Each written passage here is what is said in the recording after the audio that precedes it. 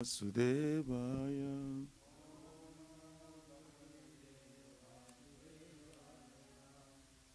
Janmadyasya yatam vayaritaratas jate swavigyaswara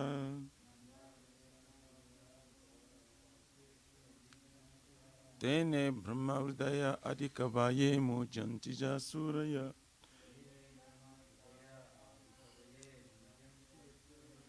Tejo varim hridayata vinimayo jatra trisagumrusya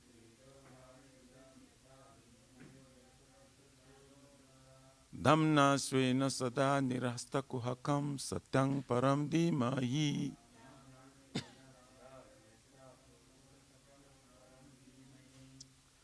O my Lord Shri Krishna, Son of Vasudeva, O all-pervading personality of Godhead, I offer my respectful obeisances unto you. I meditate upon Lord Shri Krishna because he is the absolute truth and the primeval cause of all causes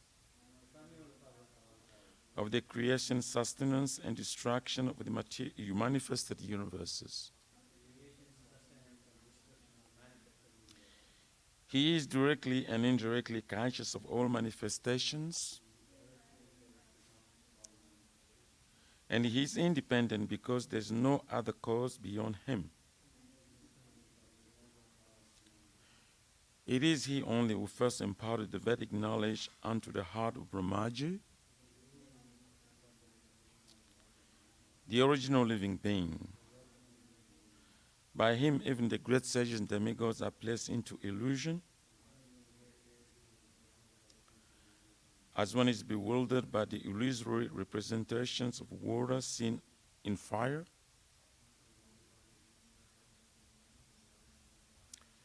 or land seen on water. Only because of him, due to material universes, temporarily manifested by the reaction with three modes of material nature, appear factual although they are unreal. I therefore meditate upon him, Lord Shri Krishna, who is eternally existent in a transcendental abode, which is forever free from the illusory representations of the material world. I meditate upon him, for he is the absolute truth.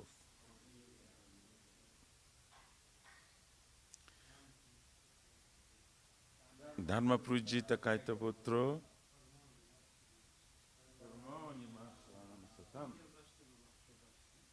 Vidyam Vastavam Astra Vastu Shivaram Taputra Yamrana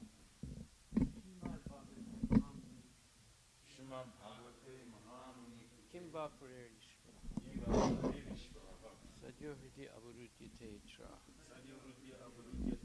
Kriti Bihisususabistaksha. Completely rejecting all religious activities which are materially motivated. Rejecting all religious activities which are material motivated. This Bhagavata Purana propounds the highest truth, This Bhagavad Purana propounds the highest truth, which is understandable by those devotees who are fully pure in heart. which is understandable by those devotees who are fully pure. The highest truth is reality distinguished from illusion for the welfare of all. They have to read the reality distinguished from illusion for the welfare of all. Such truth uproots the threefold mysteries. Such truth uproots the threefold mysteries. This beautiful Bhagavatam, compiled by the great sage Vyasadeva in his maturity, This beautiful Bhagavatam compiled with the great sage Vyasadeva is sufficient in itself for God realization. is sufficient self for God realization. What is the need of any other scripture? What is the name of the other scripture? As soon as one attentively and submissively hears the message of Bhagavatam, As soon as one attentively submissively hears the message from our Bhagavatam, by this culture of knowledge, by this culture of knowledge, the Supreme Lord is established within his heart. the Supreme Lord is established within his heart. Vigama kalpataro galitam phalam, Nigama kalpatara karitam palam, sukamakad amrita dravya samyutam, sukamakad amrita dravasam, pibata Bhagavatam rasam alayam, vipata bhagavatam rasamayam, muhur ahoraska bhuvi bhavukaha. muhura hora sikavu vibhava. O expert and thoughtful man, relish Srimad Bhagvatam, O expert and thoughtful man, relish the mature fruit of the desired true Vedic literatures. the mature fruit desired to the Vedic Lord. It emanated from the lips of Sri Sukadeva Goswami. Is emanating from the lips of Sri Sukadeva Goswami. Therefore, this fruit has become even more tasteful, Therefore, this food has become more text. even though its nectarian juice was already relishable for all. Every nectarian juice was already relishable for all. Shinvatam Swakata Krishna, Sambhatam Swakata Krishna, Punya Shravana Kirtana, Punya Shravana Kirtanam, Hridyantaksto Bhadrani, Vidyantasto Shabhadrani, Vidunati Srihitsatam. Vidunati Surinsutam. To hear about Krishna from Vedic literatures, To hear about Krishna from the Vedic Lord, or to hear from him directly through the Bhagavad Gita, or to hear from him directly through Bhagavad, is in itself righteous activity. it is self-righteous activity. And for one who hears about Krishna, And for one who hears about Krishna, Lord Krishna, who is dwelling in everyone's heart, Lord Krishna, who is dwelling in everyone's heart, acts as a best wishing friend, acts as the best wishing friend, and purifies the devotee who constantly engages in hearing of him. and purifies the devotee who is constantly engaged with hearing of him. Nasta presu bhadresu Nasta Preshwabhadresu nityam bhagavata sevaya Nityam Bhagavata Sevaya bhagavati uttamasloke Bhagavati Uttamaslake bhaktir bhavati naistiki. Bhakti Bhagavati Naistiki. In this way, In this way, a devotee naturally develops his dormant transcendental knowledge. devotee naturally develops the dormant transcendental knowledge. As he hears more about Krishna from the Bhagavatam As he hears more about Krishna from Srimad Bhagavatam and from the devotees, and from the devotee, he becomes fixed in a devotional service to the Lord. he becomes fixed in devotional service to the Lord. Tadarajastamo bhavo Tadarajastamo bhava kama lobhadayaschaye Kamalobhadayascha chetirtarinavidam Chita Eteranavidam stitvam sattve prasidati. Sitam Sabbe Prasidati. By development of devotional service, By development of devotional, one becomes freed from the modes of passion and ignorance, you become free from the mode of passion and ignorance, and thus material lust and avarice are diminished. and thus material lust and avarice are diminished. Evam prasana manaso Evam prasana manas bhagavat bhakti yogataha bhagavad bhakti yoga bhagavat tattva vijnanam bhagavad tattva vijnanam mukta sangasya jayate. mukta sangasya jayate. When these impurities are wiped away, When these impurities are wiped away, the candidate remains steady in his position of pure goodness, the candidate remains steady in his position of pure goodness, becomes enlivened by devotional service, becomes enlightened by devotional service, and understands the science of God perfectly. and understands the science of God perfectly. Vidyate hridaya grantis Vidyate hridaya granthi chidyante sarva samsaya chidyante sarva samshaya shiyante chasya karmani chidyante chasya kamani drista eva atmanishvare. drusta eva manishvari. Thus, bhakti yoga severs the hard knot of material affection Thus the bhakti yoga severs the hardness of material and enables one to come at once to the stage of samsayam samagram, and enables one to come at once at the stage of asamshaya samagama, understanding of the supreme absolute truth, personality of Godhead. understand the supreme absolute truth, personality of Godhead. Srimad Bhagavatam, Canto 1, Chapter 14, text number 33. Also, Shrutadeva, Uddhava, and others, Nanda, Sunanda, and other leaders of liberated souls who are constant companions of the Lord are protected by Lord Balaram and Krishna. Are they all doing well in their respective functions? Do they, who are all eternally bound in friendship with us, remember our welfare? Purport by His Divine Grace. Huh? We're on text 30? Yeah, that is text 30. Oh, no, wait a minute. I'm sorry. Okay, all right. So text 30. Pradumna Sarva Vrishninam Sukamaste Maharata Gambira Rayo Nirudo Vardate Bhagavan. Translation by Srila Prabhupada. How is Pradumna, the great general of the Vrishni family? Is he happy? And is Aniruddha, the plenary expansion of the personality Godhead, faring well? Purport by Srila Prabhupada. Pradumna and Aniruddha are also expansions of the personality Godhead, and thus they are also Vishnu Tattva. At Dwarka, Lord Vasudeva is engaged in his transcendental pastimes along with his plenary expansions, namely Sankar's son, Pradumna, Aniruddha, and therefore each and every one of them can be addressed as the personality of Godhead, as is mentioned in connection with the name Aniruddha. Text 31. Susenas charudenascha sambo jambavati sutta anyecha karshni pravara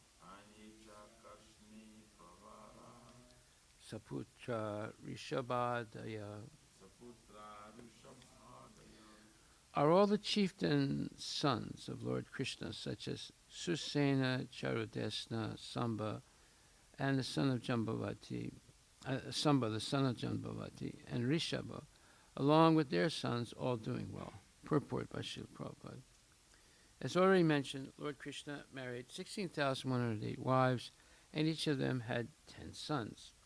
Therefore, 16,108 times 10 is 161,080 sons.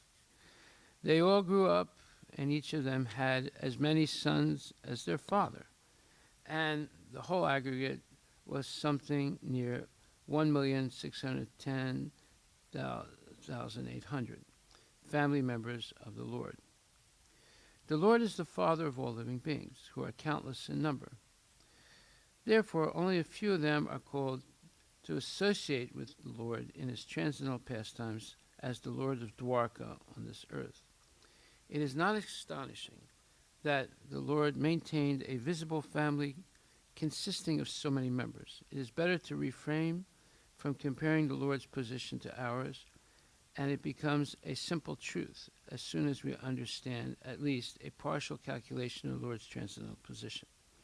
King Yudhisthira, while inquiring about the Lord's sons and grandsons at Dwarka, mentioned only the chieftains amongst them, for it was impossible for him to remember all the names of the Lord's family members.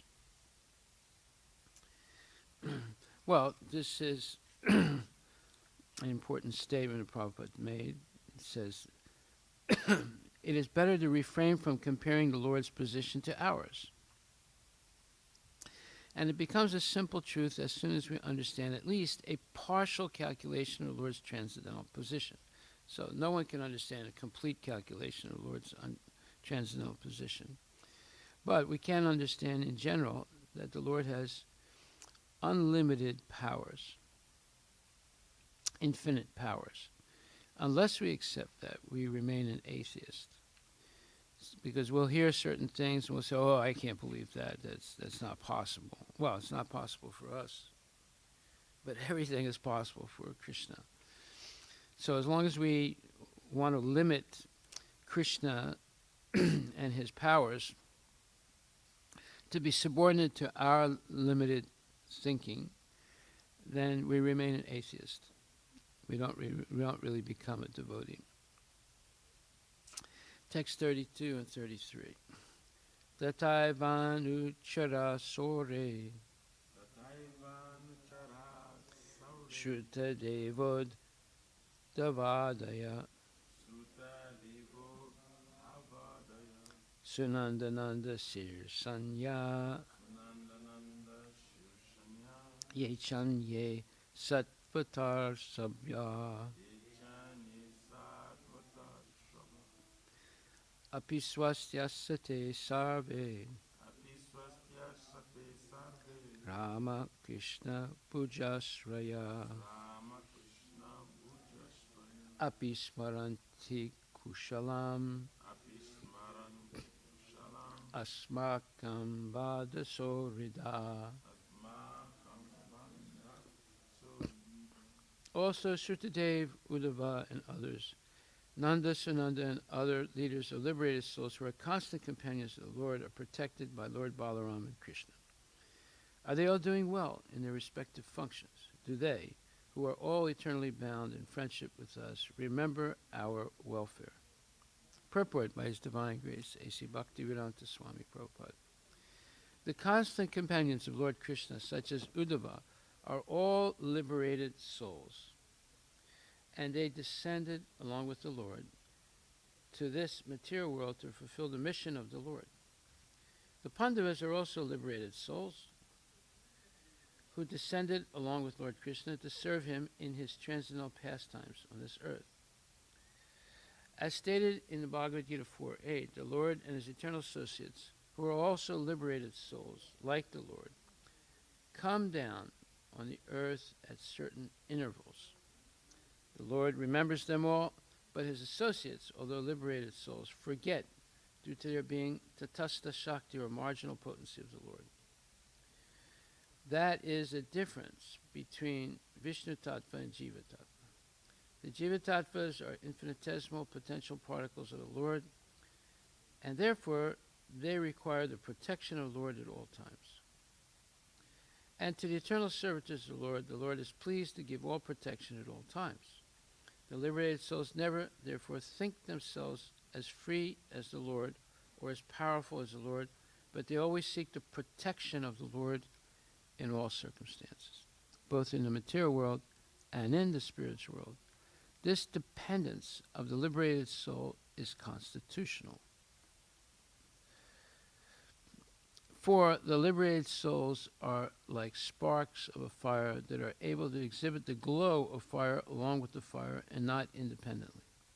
Independently, the glow of the sparks is extinguished, although the quality of fire or the glowing is there. Thus, those who give up the protection of the Lord and become so-called lords themselves out of spiritual ignorance come back again to this material world, even after prolonged tapasya of the severest type. That is the verdict of all Vedic literature. So now this is a monumental purport because the constitutional position of the living entity is dependence on the Lord. That's why modern thought, such as man is independent of God, there's no God, therefore man has to be a hero in the material world and be responsible for himself and use his own reason and logic and science to improve the imperfections of nature, etc., etc. It's all nonsense. It's all misleading, and it only complicates life for people. So, in this atmosphere of everything minus God, or godless theology, godless science, godless sociology, godless archaeology, etc., etc., people developed this false idea of independence.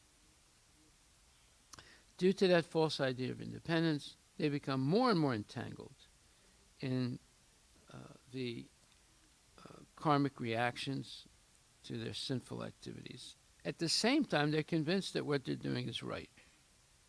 That is the number one symptom of ignorance, being convinced that the wrong things you do are actually right. And eventually, people replace wrong things and call them right things.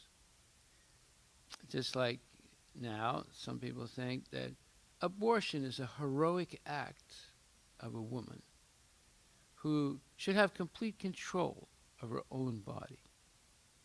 Well, let's analyze this idea that a woman should have complete control of her own body. So, on that basis, a woman can have an abortion because a fetus is no more than a little piece of tissue. So what's the harm of getting rid of a little piece of tissue? See, so through these types of word jugglery, people become convinced that it's okay to have an abortion. However, if a woman stands on a public street, takes a knife and says, I'm going to cut off my pinky. Pinky means little finger, right? What would happen? What do you think would happen? People would call the police. The police would come and try and stop the woman from cutting off her finger, or if she succeeded in cutting off her finger, they would take her to the hospital, and they would have her psychologically examined for perverted behavior. So it's okay for her to have a baby killed that's in her womb. But if she tries to cut off a little piece of her pinky finger, she would be psychologically analyzed and determined to be sick mentally. You see how there is a double standard. If she tries to cut off her finger, she's crazy. If she tries to kill her baby, she's a hero. You see. So this is the word jugglery and nonsense of modern rationalism and science. It's just like once there was a man who died. The coroner came, examined him, and issued the death certificate. Then a funeral was arranged. This is in India, so they put the dead body on a cot, and then you have some people holding up the cot, and they started walking toward the cremation ground, which is on the bank of the Ganges. While they were walking, the man woke up and sat up on the cot and said, "What's going on?" And everyone looked at him and said, "You're dead." He said, "I'm not dead." And then a politician that was there said, "Wait a minute. We have to have a vote. And we have to have some experts come here and give us some advice." So they called the coroner. The coroner comes and they said, "Is this man dead?" He said, "Well, here's the death certificate. I examined it. He was dead." "Okay, ladies and gentlemen, now we'll take a vote, but it'll be a silent vote. We won't have you raise your hands, yes or no. You have to write on a piece of paper. Now we have the evidence that he is dead. What is your conclusion?" So they had a vote, and the majority voted that he was dead. And the guy said, "Wait a minute, I'm not dead." They said, "Shut up." And they muzzled his mouth, tied him up, and they took him and burned him. This is the danger of the politicians and scientists joining forces, joining together. So the same thing happened, I think it was 1963, in Roe versus Wade, where the question of abortion was discussed in the Supreme Court of the United States. So they brought in the scientists, just like the coroner was the scientist. So they brought in the scientists. They said they were trying to determine whether a fetus in the womb of a mother is protected by the Constitution of the United States. Right. So they have to determine, is the fetus a fully developed human being? So the so-called scientists said no. And then they gave a bunch of technical gobbledygook. They said, well, it's not until the 7th month that there is some consciousness, but it's not fully developed, and it's really actually not until the fetus is pushed out and born that it's actually a person. So, with that phony evaluation of whether the fetus is actually a person or not, and whether it's, and then the politicians got into the act and said, well, then it's not, that fetus is not protected by the Constitution of the United States. It's not actually a person, according to our scientists. Therefore, abortion is legalized, which means it's infanticide. It's killing babies. It's killing human beings. And therefore, every year in the United States, between 1 and 1.5 million young Americans are murdered. And it's legal. You see, that's what happens when the scientists and the politicians get together. They juggle the words, they juggle the statistics, they juggle the theories, and they come up with a completely demoniac conclusion. So, therefore, here, Prabhupada explains that this dependence of the liberated soul is constitutional. So if we don't depend on Krishna for in every circumstance, we become like these rationalists or empiricists, scientists and philosophers, and we begin to speculate. And there's a saying in French, with an if, one can put the entire city of Paris into a bottle of wine. Avec un si, on peut mettre la ville de Paris dans une bouteille de vin. So, yeah, as soon as you start to speculate and you say maybe, perhaps, why not, let us assume that, and blah, blah, blah, or if this, then that, we can accommodate anything, including murder of children, through fake science and judicial, basically, nonsense. So there's no such thing as independence. Everyone is dependent on the Lord in one way or other. And as long as this type of philosophy that man is independent, and that's epitomized by one of the famous French existential philosophers, Jean-Paul Sartre, who said, man is heroically independent in the material world. And he has to face the challenges of nature and solve them by himself. In other words, he's explaining this philosophy of independence. And it seems to be heroic, it seems to be noble, it seems to put man on a high pedestal and diminish God to something insignificant. It's all done with word jugglery and a lot of bravado and nonsense. So, Prabhupada continues, he says,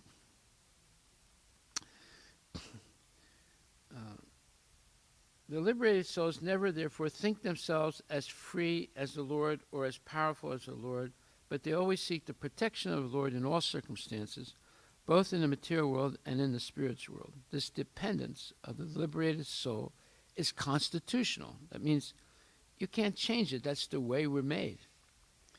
For the liberated souls are like sparks of a fire that are able to exhibit the glow of fire along with the fire and not independently.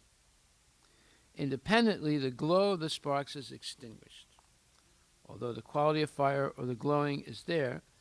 Thus, those who give up the protection of the Lord and become so-called lords themselves out of spiritual ignorance come back again to this material world even after prolonged tapasya of the severest type.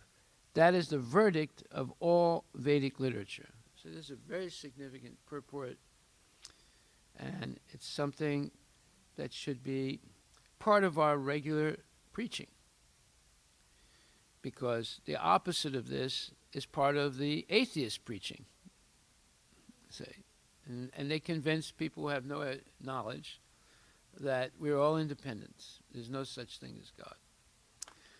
Hare Krishna. Glory to Srila Prabhupada. Are there any questions?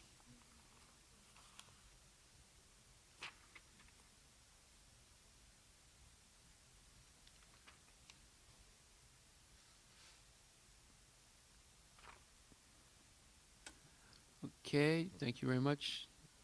Hari Bol. Srila Prabhupada Ki Jai.